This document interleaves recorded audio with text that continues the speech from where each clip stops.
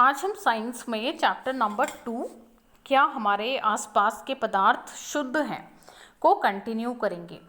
तो बच्चों आज हम समझेंगे तत्व और यौगिक। अब क्योंकि पदार्थों को उनके रासायनिक संगठन के बेसिस पर 2 पार्ट्स में डिवाइड किया जाता है, नंबर 1 तत्व और नंबर 2 यौगिक। तो आज हम यहाँ पर तत्व और यौगिक को डिटेल में समझेंगे। तो सबसे पहले सर रॉबर्ट बॉयल नाम के वैज्ञानिक ने 1661 में तत्व शब्द का इस्तेमाल किया था।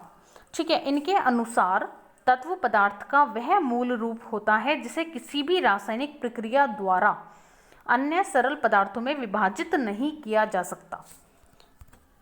तो वे पदार्थ जिनमें एक ही प्रकार के परमाणु उपस्थित होते हैं तत्व कहलाते हैं, या एक ही प्रकार के कणों से बने वे पदार्थ जिन्हें किसी भी केमिकल और किसी भी फिजिकल प्रोसेस के द्वारा तोड़ा या विभाजित नहीं किया जाता तत्व कहलाते हैं। तत्व में 2 या 2 से अधिक प्रकार के परमाणु मिलकर के अणु के रूप में कणों का निर्माण करते हैं। तो बच्चों तत्वों को 3 पार्ट्स में धातु, अधातु और उपधातु में वर्गीकृत किया जाता है। तो यहाँ पर हम समझेंगे धातुओं के गुण।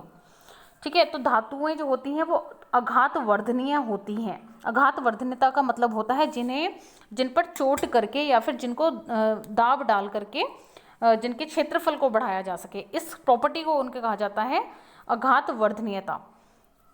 नेक्स्ट आता है धातुएं चमकीली होती हैं। धातुओं में उच्च घनत्व होता है, यानी कि हाई डेंसिटी होती है। और धातुएं जो होती हैं वो ऊष्मा और विद्युत की सुचालक होती हैं। और धातुओं में जो चांदी होती है वो धातु और विद्युत की सबसे अच्छी सुचालक होती है। यहाँ पर हम समझेंगे अधातुओं के भौतिक गुण। तो बच्चों अधातु जो होती हैं वो अक्सर भंगुर होती हैं। भंगुर मीन्स जिनकी एरिया या वॉल्यूम में कोई स्टेबिलिटी नहीं होती, उसे कहा जाता है भंगुरता। धातु जो होती है वो तीनों ही अवस्थाओं यानी कि ठोस, द्रव और गैस तीनों ही स्टेजेस में पाई जाती है, जबकि जो धातुएं होती हैं वो मोस्टली ठोस अवस्था में पाई जाती हैं।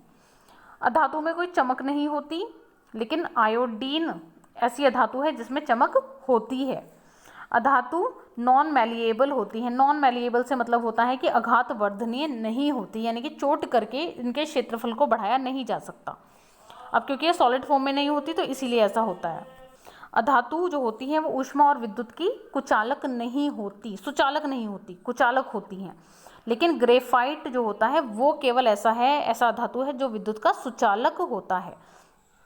अब हम समझेंगे उपधातु। उपधातु क्या होते हैं? तो बच्चों वे तत्व जिनमें धातु और अधातु दोनों के गुण पाए जाते हैं उन्हें कहा जाता है उपधातु।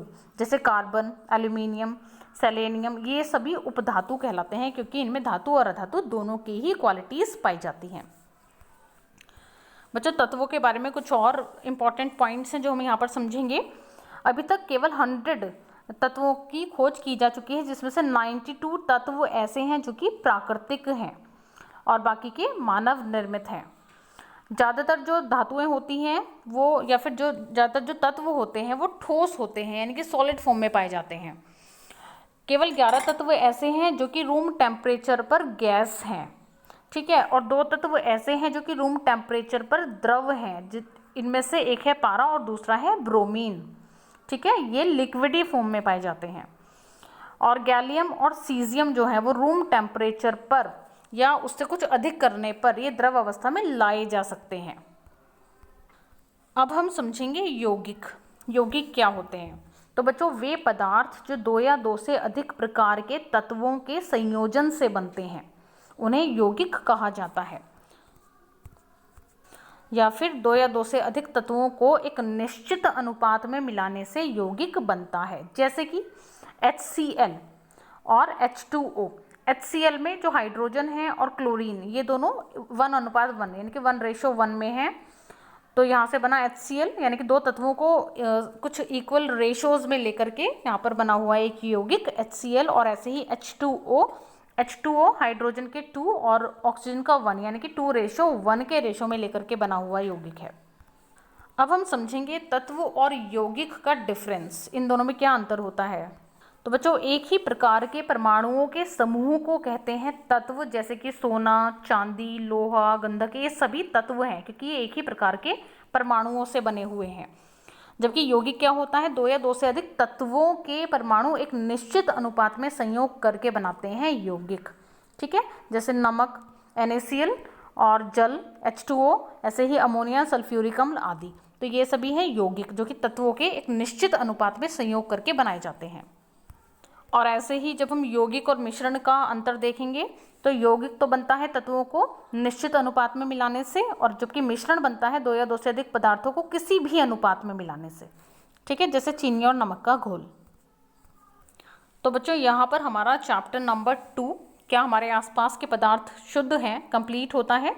नेक्स्ट क्लास में हम समझेंगे इस चैप्टर के कुछ क्वेश्चन आंसर्स।